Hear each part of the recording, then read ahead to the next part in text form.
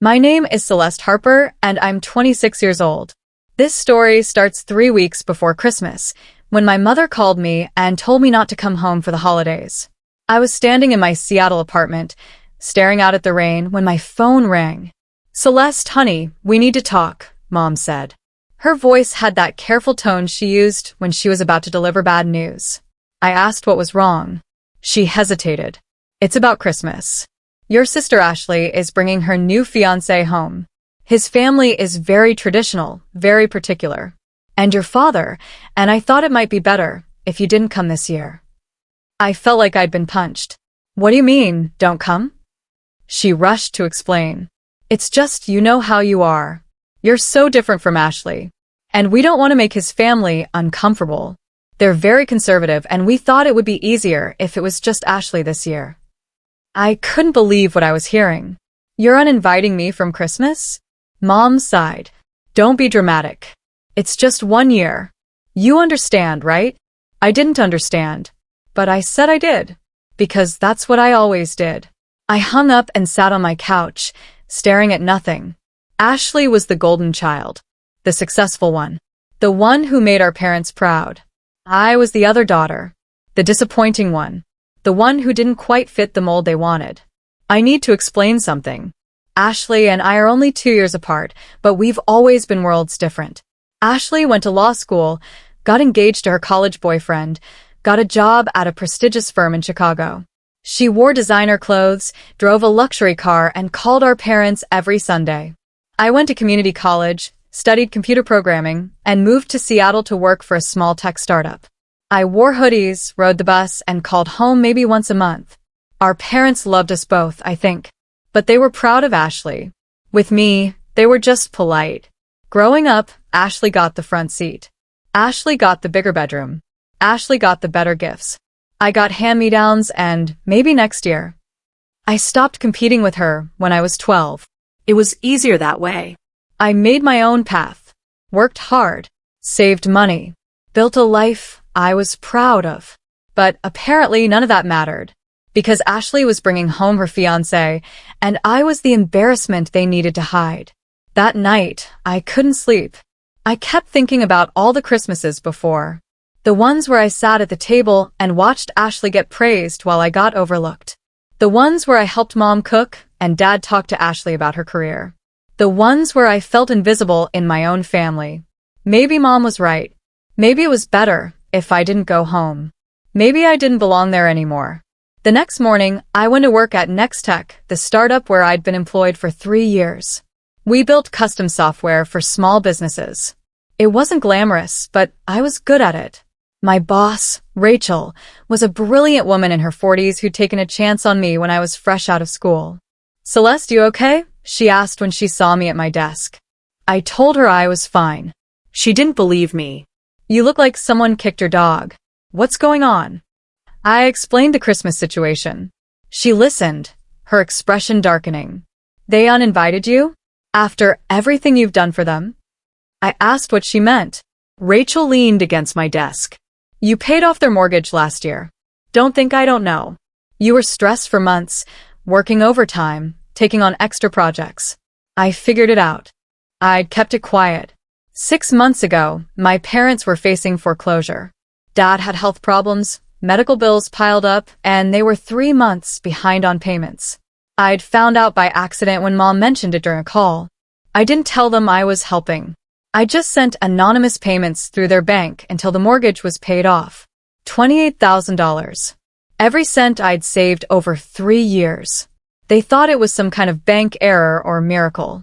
I never corrected them." Rachel shook her head. "And now they're telling you not to come home? That's messed up, Celeste." I shrugged. "That's family." She looked at me seriously. "No. That's not family. That's being taken for granted. You deserve better." I tried to push it out of my mind. Work kept me busy. December was always hectic as clients wanted projects finished before the holidays.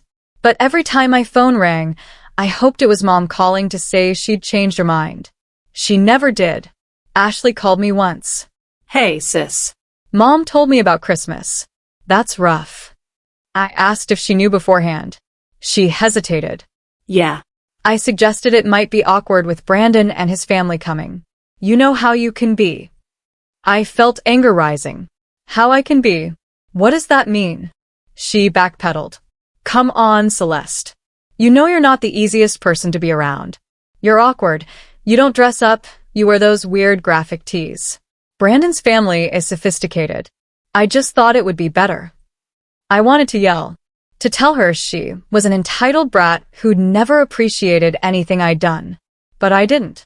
I just said, "Have a great Christmas, Ashley," and hung up. That night, I made a decision. I wasn't going to sit in my apartment alone on Christmas feeling sorry for myself. I was going to do something different. Something that would remind me I had value, even if my family couldn't see it. I started researching. I found a local charity called Home for the Holidays that provided Christmas dinners for homeless families. They needed volunteers. I signed up. If I couldn't spend Christmas with my family, I'd spend it with people who actually needed help. A week before Christmas, I got another call. This time from Dad. Celeste, your mother wants me to check in. Make sure you're okay with the Christmas situation. I told him I was fine. He sounded relieved. Good. You know how your sister is. She's bringing this guy, and his family is from old money. Real old money. We want to make a good impression. I asked if they even considered how I'd feel. He was quiet for a moment. Celeste, you're 26. You're grown. Ashley's at a crucial point in her relationship. We're just trying to support her. I asked when they'd supported me. Dad's voice turned cold. We've always supported you. We paid for your community college. We let you live at home until you were 21. What more do you want? I wanted to tell him. I wanted to say I paid off their mortgage. That I'd sacrificed everything I'd saved to keep them from losing their house. That I'd done it without asking for recognition because I loved them. But I didn't. Because I realized something in that moment.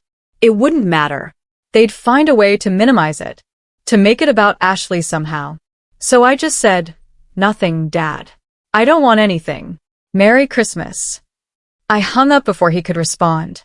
I sat there, phone in hand, and felt something break inside me. Not sadness. Not anger. Just acceptance. I wasn't their priority. I never had been. And I needed to stop expecting them to change. Christmas week arrived. The office was decorated with lights and tinsel. People were excited, making plans, talking about family gatherings.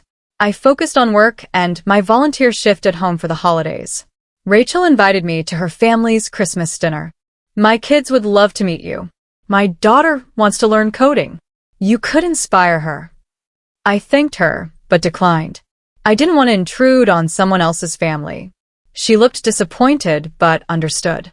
The offer stands if you change your mind. On Christmas Eve, I went to the charity event. A church basement transformed into a dining hall. Tables set with red tablecloths. Donated decorations hanging from the ceiling. Families arriving, some with kids, all of them grateful for a warm meal. I was assigned to serving duty, ladling mashed potatoes onto plates, smiling at people who'd been forgotten by the world. One little girl, maybe 7, looked up at me with big brown eyes. Thank you, miss. Such simple words. But they hit me harder than anything my family had said. This kid, who had nothing, was thanking me. My family, who I'd saved from foreclosure, couldn't even invite me to Christmas. I spent 4 hours serving food, cleaning tables, and talking to people. By the end, I felt more fulfilled than I had in months. These people saw me, appreciated me, valued me. As I was leaving, the charity director stopped me. Celeste, right? Thank you for volunteering. We couldn't do this without people like you. I told her it was my pleasure. She smiled. Merry Christmas. I smiled back. Merry Christmas. I went home that night to my empty apartment. No tree. No decorations. Just me and my laptop.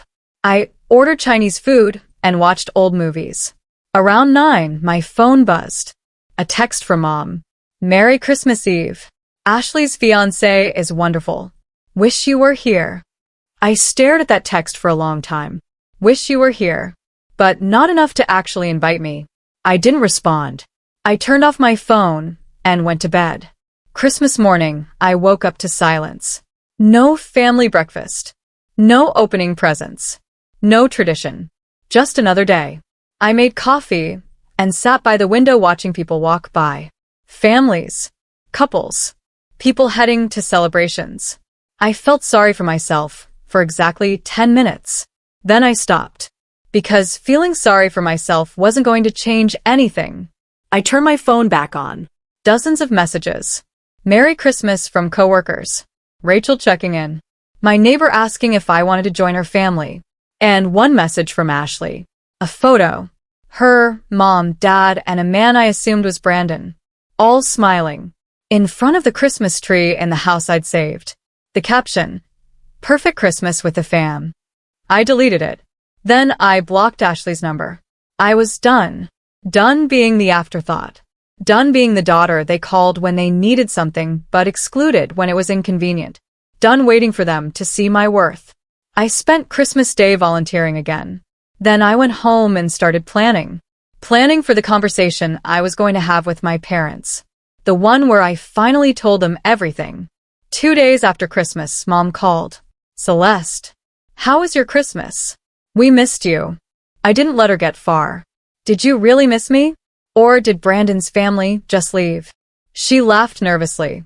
Don't be like that. Of course we missed you. We just wanted to give Ashley space. I asked her something I'd been holding back. Mom, do you know who paid off your mortgage? There was silence. Complete silence. Then she said slowly, What are you talking about? I told her everything. How I'd found out about the foreclosure. How I'd sent anonymous payments for months. How I'd emptied my savings account to save their house. How I'd worked overtime until I was exhausted just to keep them from losing everything. More silence. Then Mom said, That was you? I confirmed it was. She started crying. Celeste, I didn't know. We thought it was a mistake. A bank error. We even called to ask, but they said everything was legitimate. I told her it was me. All me. She was sobbing now. Why didn't you tell us? I asked her why she thought. Because you needed help and I love you. I didn't need recognition. I just wanted you to be okay. She said, Oh my God. And we told you not to come home. I said nothing. What was there to say? She kept crying. Celeste, I'm so sorry. We didn't know. If we'd known, I interrupted her. Would it have mattered? Would you have invited me if you'd known? She didn't answer. That told me everything. Mom said she needed to talk to Dad and call me back. I told her not to bother. That I'd said what I needed to say.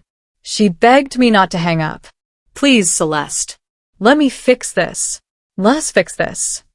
I asked how. How do you fix excluding your daughter from Christmas? How do you fix making me feel like I'm not worth including in my own family? She didn't have an answer. I told her I needed space and hung up. 10 minutes later, Dad called. I let it go to voicemail. He called 3 more times. Finally, I answered. Celeste, your mother told me everything. About the mortgage. About what you did. I waited. He continued, his voice shaking. I don't know what to say. I'm ashamed. We're both ashamed. I told him shame wasn't enough. You excluded me from Christmas. You made me feel like I wasn't good enough to be around Ashley's fiancé. And now you're sorry because you found out I saved your house. He tried to argue. It's not like that. We just didn't think. We were trying to make things easier for Ashley. I asked when they'd ever tried to make things easier for me. He had no answer. That's what I thought, I said. Call me when you figure out how to treat both your daughters equally. I hung up. That night, Ashley called. Her voice was defensive. Mom told me what you did. With the mortgage. I asked if she was calling to apologize. She scoffed. For what? I didn't ask you to pay their mortgage. That was your choice. I couldn't believe it. You're seriously not going to apologize for asking them to uninvite me from Christmas? She sighed. Celeste, don't make this about you. This is about my relationship. My future. I laughed bitterly. Everything's always about you, Ashley. Your relationship. Your career. Your life. And I'm just supposed to fade into the background and be grateful for scraps. She said, You're being dramatic. I told her I was being honest. Then I hung up and blocked her number too. January came. I threw myself into work. Rachel noticed but didn't push. She just made sure I took lunch breaks and left at reasonable hours. "You doing okay?" she'd ask. I'd nod and change the subject. Mid-January, I got a letter in the mail. From Mom. Handwritten on her fancy stationery. I almost threw it away without reading it. But curiosity won. "Dear Celeste, I've started this letter a dozen times and don't know what to say. I'm sorry doesn't feel like enough. What we did was wrong. What I did was wrong. I let your father and sister convince me that it would be easier if you didn't come home for Christmas. But the truth is, Christmas wasn't the same without you. The house felt empty. The dinner felt wrong. I kept looking at your empty chair and feeling sick. Your father and I have been talking. We realize we've taken you for granted for years. We've prioritized Ashley because she's louder, more demanding, more present. But you've been there in ways we didn't see. Quiet ways. Important ways. Paying off our mortgage when we were facing foreclosure is just one example. I know now that you've been supporting us in ways we never acknowledged. We've been blind. And I'm so sorry. I don't expect you to forgive us. But I hope you'll let us try to do better. Love, Mom." I read it 3 times. It was sincere, I could tell. But I wasn't ready to respond. Not yet. February arrived. Valentine's Day came and went. I ignored the holiday and focused on a big project at work. Rachel pulled me aside one afternoon. "Celeste, we need to talk about something." I followed her into her office, nervous. She smiled. "Relax. It's good news. We've been acquired." I blinked. "What?" She explained that a larger tech company had bought Nextech. They were keeping all employees and expanding operations. And they specifically mentioned your work. They want you to lead a new division. Salary increase, benefits, stock options. The whole package. I was stunned. They want me to lead a division? She nodded, grinning. "You've been carrying this company for years, Celeste. They see your value. We all do." I asked what the salary would be. She told me. It was double what I was making. Double. I felt tears forming. "Rachel, I don't know what to say." She hugged me. Say yes. "You've earned this." I said yes. That night, I celebrated alone in my apartment. Ordering nice takeout, drinking good wine, letting myself feel proud. I'd built something. Without my family's support. Without recognition. Just me and my work. And it had paid off. I thought about calling Mom to tell her. But I didn't. They didn't get to share in my victories after excluding me from their celebrations. A week later, Dad called. I didn't answer. He left a voicemail. "Celeste, please talk to us. We miss you. We love you. We're trying to do better, but we need you to give us a chance." I deleted it without finishing. March came with spring rain and new beginnings. My new position started, and I moved into a bigger office. Led my first team meeting. Made decisions that affected the company's direction. I felt powerful in a way I never had before. One evening, I got a package at my door. From Mom and Dad. Inside was a framed photo of our family from when I was 10. Me, Ashley, Mom, and Dad at the beach. Everyone smiling. Under the photo was a note. "We were a family once. We'd like to be again." Also in the box was a check. For $28,000. The amount I'd paid for their mortgage. The note continued. "We can't undo what we did. But we want to pay you back. Not because it makes us even. But because you deserve to have your savings back. Please call us. Please." I stared at that check for a long time. They were trying. I could see that. But I still wasn't ready. I put the check in a drawer. Left the photo in the box. And went back to work. 2 weeks later, Rachel asked about my family. "You ever talk to them?" I told her no. She studied me. "You know, holding on to anger hurts you more than them." I told her I wasn't angry. I was just done. She nodded slowly. "There's a difference between setting boundaries and cutting people off forever. Make sure you know which one you're doing." Her words stuck with me. Was I setting boundaries? Or was I just giving up? April brought warmer weather and a decision I'd been avoiding. My lease was up in 2 months. I could renew, or I could move. I'd been in Seattle for 5 years. Maybe it was time for something different. I looked at apartments in Portland, San Francisco, Denver, places where I could start fresh, where my family couldn't show up unannounced, where I could build a life completely separate from them. Rachel noticed me looking at listings. "You thinking about leaving?" I told her I was considering it. She looked sad. "I'd hate to lose you, but I understand. Sometimes you need distance." I appreciated her understanding, but I also appreciated that she didn't push. She just supported whatever I needed. Mid-April, Ashley's wedding invitation arrived. Cream-colored envelope. Fancy script. "Ashley Harper and Brandon Whitmore request the pleasure of your company." The wedding was in June, in our hometown, at the country club where we'd spent summers as kids. I stared at that invitation for days. Part of me wanted to throw it away. Part of me wanted to go just to show them I'd survived their rejection. Part of me wanted to skip it and prove I didn't need them. I didn't RSVP. I just put it on my fridge where I'd see it every day, a reminder of what they'd done and what I'd overcome. May arrived. 1 year since I'd started paying off my parents' mortgage. 1 year since I'd sacrificed everything for people who didn't appreciate it. I was different now, stronger, more sure of myself, less willing to accept being treated as an afterthought. Rachel threw me a celebration for my 1-year anniversary in the new position. The team got me a cake and flowers. Everyone gave speeches about how I'd changed the division, how I'd made them better programmers, better workers, better people. I cried during the speeches. These people, my coworkers, saw my value more clearly than my own family ever had. That night, I finally responded to Mom's letter. I kept it short. "Dear Mom and Dad, thank you for the check and the photo. I appreciate the gesture. I'm not ready to talk yet. I need more time. When I am ready, I'll reach out. Please respect that. Celeste." I mailed it the next day. 2 days later, Mom called. I didn't answer. She left a voicemail. "Celeste, I got your letter. We'll wait as long as you need. We love you." Her voice cracked at the end. I saved the voicemail, but didn't call back. I wasn't ready yet.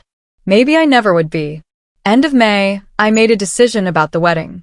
I wasn't going. I RSVP'd no and sent it back. No note. No explanation. Just no. Ashley called immediately. "You're seriously not coming to my wedding?" I told her I wasn't. She was furious. "After everything Mom and Dad have done to apologize?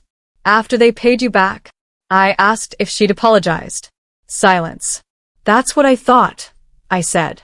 "Enjoy your wedding, Ashley." I hung up. June arrived. Ashley's wedding was the second Saturday. I took that weekend and went camping. Alone. Into the mountains. No phone service. No distractions. Just me and nature and silence. I hiked for hours. Set up my tent by a lake. Made a fire. Cooked simple meals. Read a book. Watched the stars.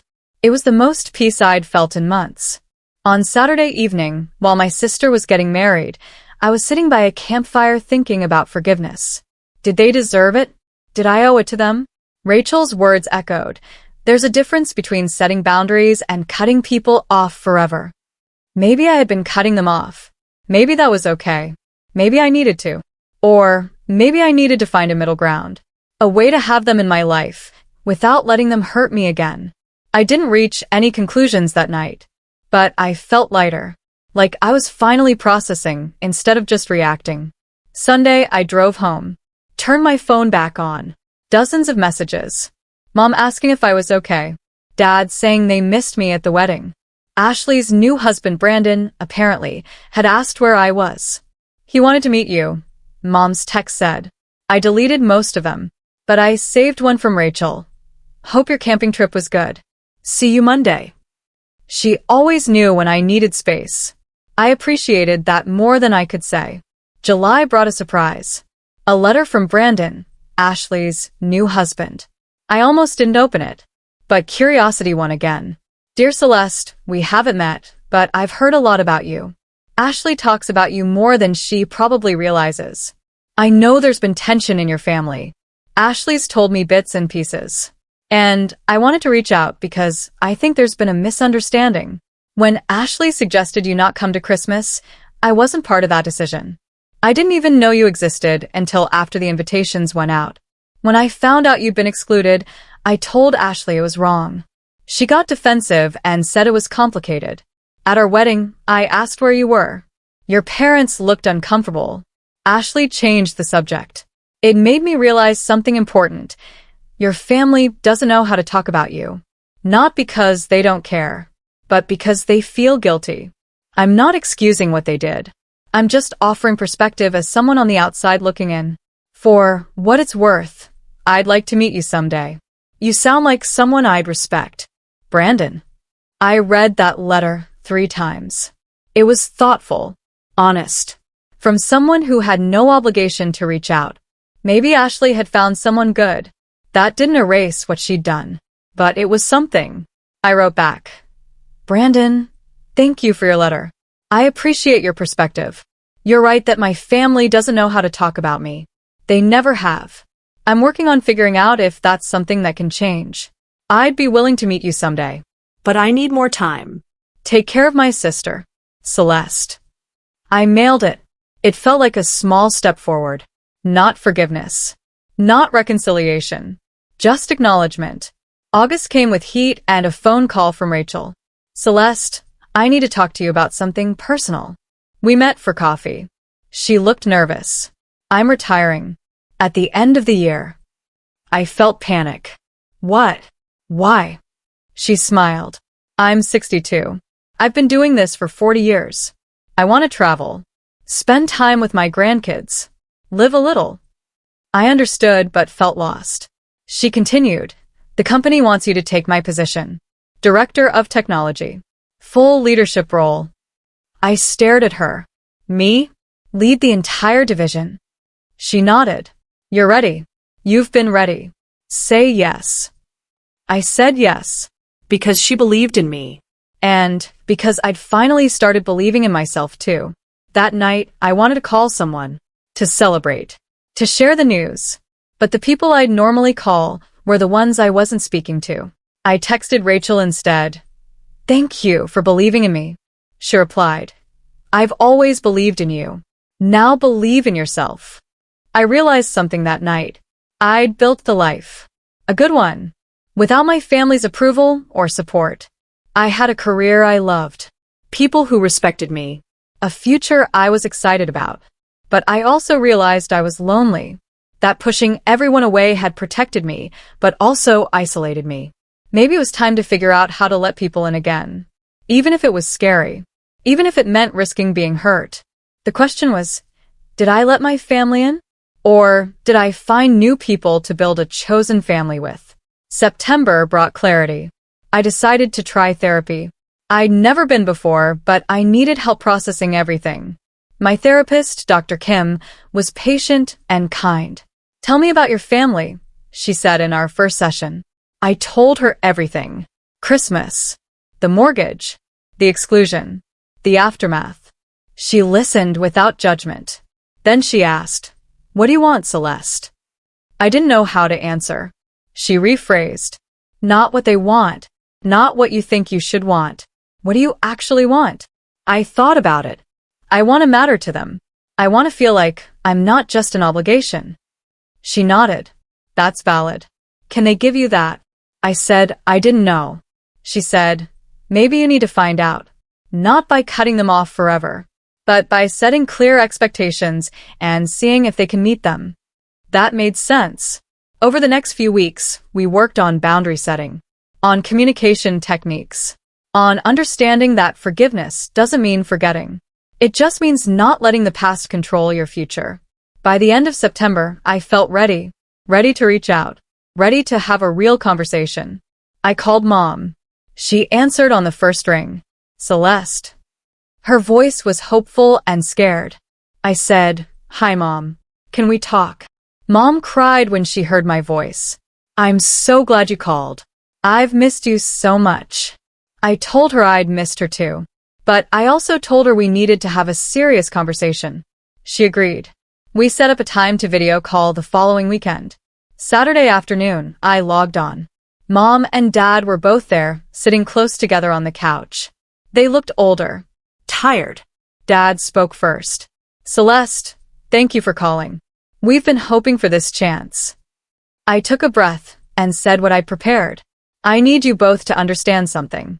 What you did at Christmas hurt me deeply. Not just because you uninvited me, but because it showed me I'm not a priority in this family.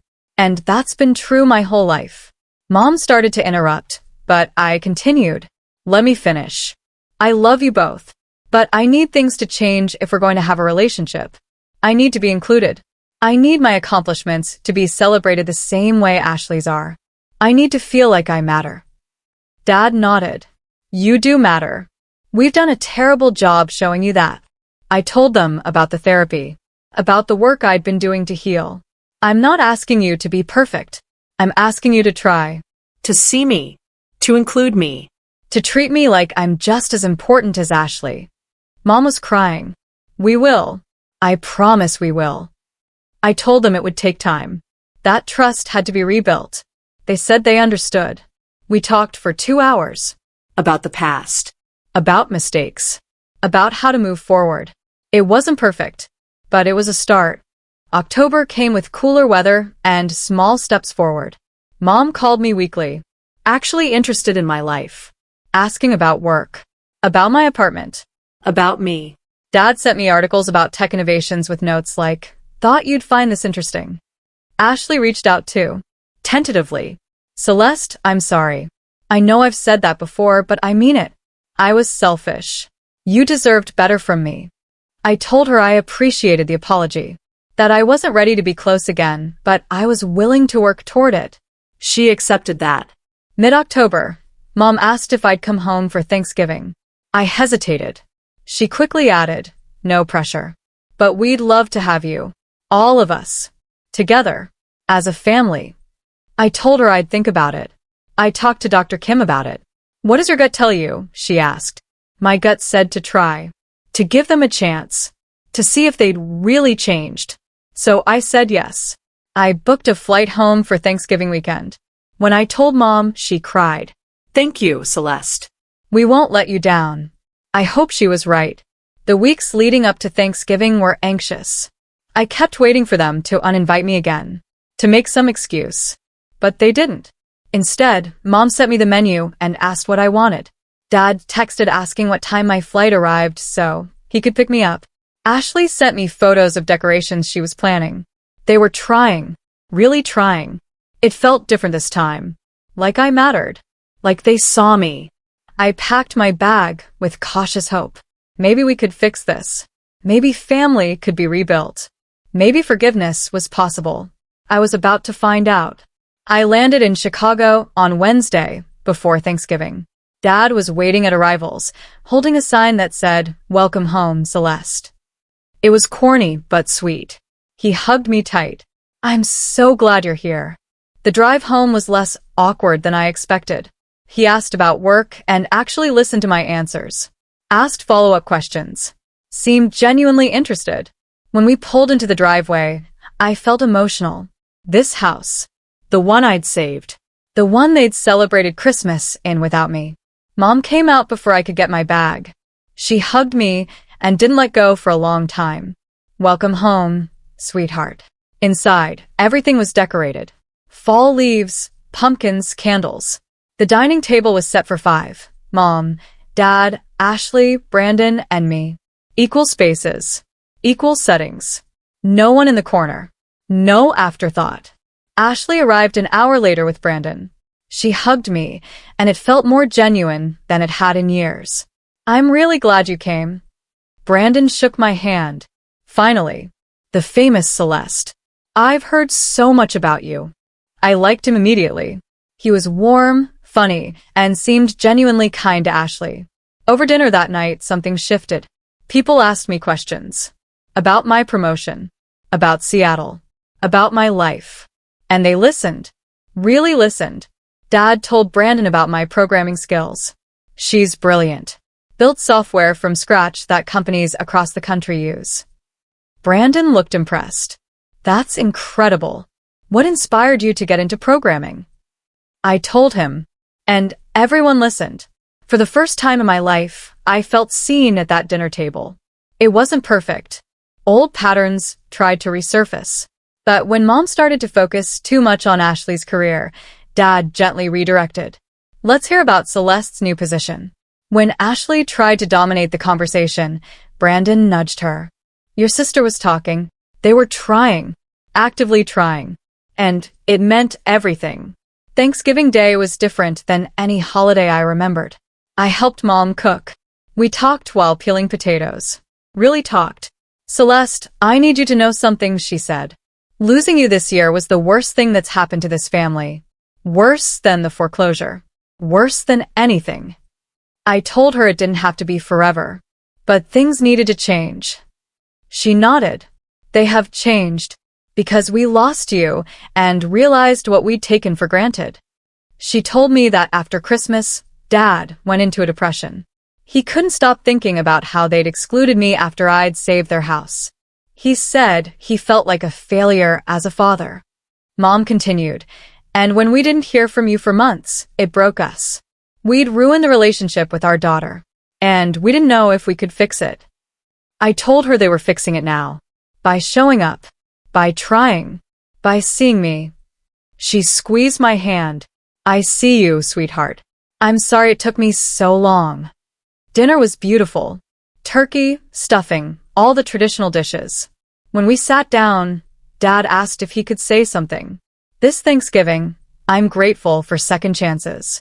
For a daughter who loved us enough to save our home when we were too proud to ask for help. And for the chance to be better parents to both our daughters. Celeste, thank you for coming home. I cried. So did Mom. Even Ashley teared up. We spent the rest of the day playing board games, watching football, and just being together. No tension. No competition. Just family. That night, Ashley and I talked alone in the kitchen while cleaning up. I'm sorry, she said quietly. For everything. For all the years I got preferential treatment and never called it out. I told her I appreciated that. She continued, Brandon made me see things differently. He has 3 sisters, and their parents treat them all equally. When he met our family, he noticed immediately how they favored me. It made me uncomfortable. I asked if that's why she apologized. She nodded. Partly. But also because I missed you. I miss my sister. And I realized I'd been a terrible one. I told her we could work on it. But it has to be real, Ashley. Not just when it's convenient. She agreed. I know. And I'm going to do better. I promise. We hugged. It felt genuine. Like maybe, finally, we could be real sisters. Friday after Thanksgiving, Mom suggested we all go through old family photos. We sat in the living room with dusty albums spread across the coffee table, looking at pictures from our childhood. There were so many of Ashley. Award ceremonies, dance recitals, graduation. And fewer of me. The ones that existed showed me in the background or off to the side. I never noticed how unbalanced this is, Mom said quietly, staring at a page full of Ashley photos with one small picture of me in the corner. Dad looked uncomfortable. We weren't intentional about it. We just focused on whoever was loudest. Ashley said, I was always loud. Celeste was quiet. But that doesn't mean she mattered less. Mom closed the album. We're going to do better. Starting now. She pulled out her phone. Celeste, let's take some pictures. Just you. Let me document who you are now. I felt awkward at first. But she was genuine. She took photos of me by the fireplace in the kitchen, outside by the tree in the yard. I want to remember this, she said. The Thanksgiving you came home. The day we started over. That afternoon, Brandon pulled me aside. Can I tell you something? I nodded. He said, when Ashley and I were planning the wedding, your parents kept mentioning you. How you probably wouldn't come. How you were difficult. But when I asked what you'd done that was so difficult, they couldn't give me an answer. He continued, then Ashley told me about Christmas. About how they'd uninvited you. and I asked if she knew what you did for a living. She didn't. She couldn't tell me anything about your life except that you lived in Seattle and did computer stuff. I wasn't surprised. He looked serious. That's when I knew something was wrong. A family should know each other. So I pushed. I asked Ashley to tell me about you. Really tell me. And she couldn't, because she'd never paid attention. He smiled. But I paid attention at dinner. And you're remarkable, Celeste. I'm glad I finally got to meet you. I thanked him. Take care of my sister. And help her be better. He promised he would. Saturday, my last day home, Dad asked if we could talk. Just the two of us. We sat on the back porch with coffee. Celeste, I need to apologize properly, he started. Not just for Christmas. For everything. For all the years I didn't see you. For all the times I prioritized Ashley. For taking you for granted. I listened. He continued. When we found out you paid our mortgage, I felt two things. Gratitude and shame. Gratitude that you loved us enough to help. Shame that we'd never given you reason to. He looked at me with watery eyes. You saved our house. You saved us.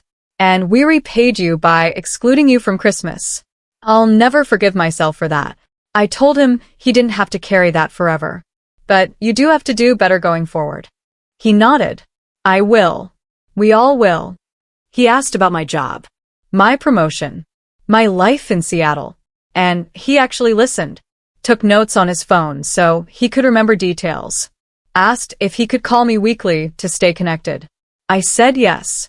That evening, before I left for the airport, Mom gave me something. An envelope. Don't open it until you're on the plane, she said. I hugged them all goodbye. Ashley promised to visit Seattle soon. Brandon said he'd hold her to it. Dad carried my bag to the car. Mom held me tight and whispered, I love you. Both my daughters equally. I'm sorry it took me so long to show it. On the plane, I opened the envelope. Inside was a letter and a check. The letter read, Dearest Celeste, this Thanksgiving was a gift. Having you home reminded us what we'd lost. Your father and I have decided to do something we should have done a long time ago. We're setting up college funds for future grandchildren. Equal amounts for whatever children you and Ashley might have. Because we want to do better for the next generation. We also want to support your dreams the way we should have from the beginning. The enclosed check is not repayment. It's an investment. In you. In your future. Use it however you want. We love you. We see you. We're sorry it took losing you to learn how to appreciate you. Love, Mom and Dad. The check was for $50,000. I cried the entire flight home. It's December now. Almost a year since that phone call when Mom told me not to come home for Christmas. So much has changed. My relationship with my family isn't perfect. We still have moments where old patterns try to resurface. Where Mom focuses too much on Ashley. Where Dad forgets to ask about my life. But they catch themselves now. They correct. They try. And that's what matters.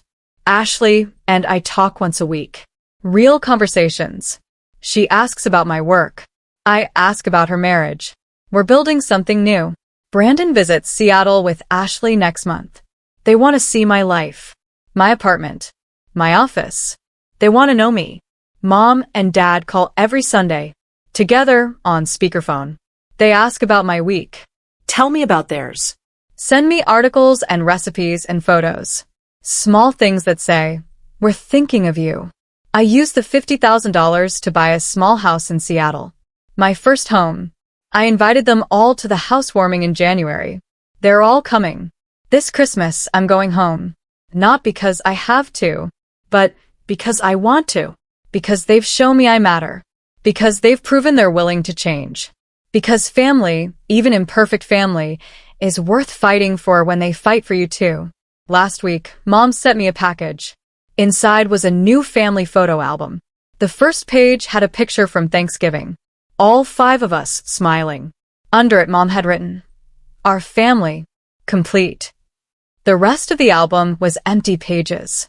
For new memories, her note said, ones where everyone is included. Where everyone matters.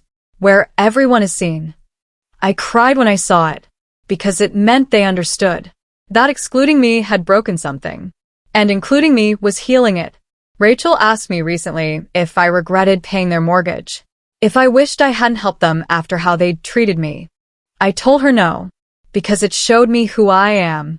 I'm someone who helps people even when it's hard. Even when they don't deserve it. Even when it costs me everything. She smiled. That's beautiful, Celeste. I smiled back. It's also why they're worth forgiving. Because if I can show them grace, maybe they can learn to show it to others. Tomorrow, I'm flying home for Christmas. Mom texted this morning. Can't wait to see you, sweetheart. Your room is ready. Your stocking is hung. You're home now. Really home. I'm not naive. I know there will be hard moments. Times when I feel overlooked. Times when old hurts resurface. But I also know they're trying. And I'm trying. And sometimes that's enough. Sometimes being family means choosing each other again and again. Even after you've been hurt. Even after you've been excluded. Even after you've had every reason to walk away. They said don't come home for Christmas. After I paid their mortgage. After I saved their house. After I sacrificed everything for them. But I'm going home anyway. Not because they deserve it. But because I deserve a family who sees me. And they're finally learning how to be that family. This Christmas will be different. I'll have my own stocking. My own chair at the table. My own space in the family photos. I'll be included. Celebrated. Seen. And maybe, finally, I'll feel like I'm home. Not just in the house I saved. But in the family I've helped rebuild. One difficult conversation at a time. One boundary at a time. One act of grace at a time. My name is Celeste Harper. I'm 26 years old. I was uninvited from Christmas after I paid my parents' mortgage. But this year, I'm going home. Not as the forgotten daughter.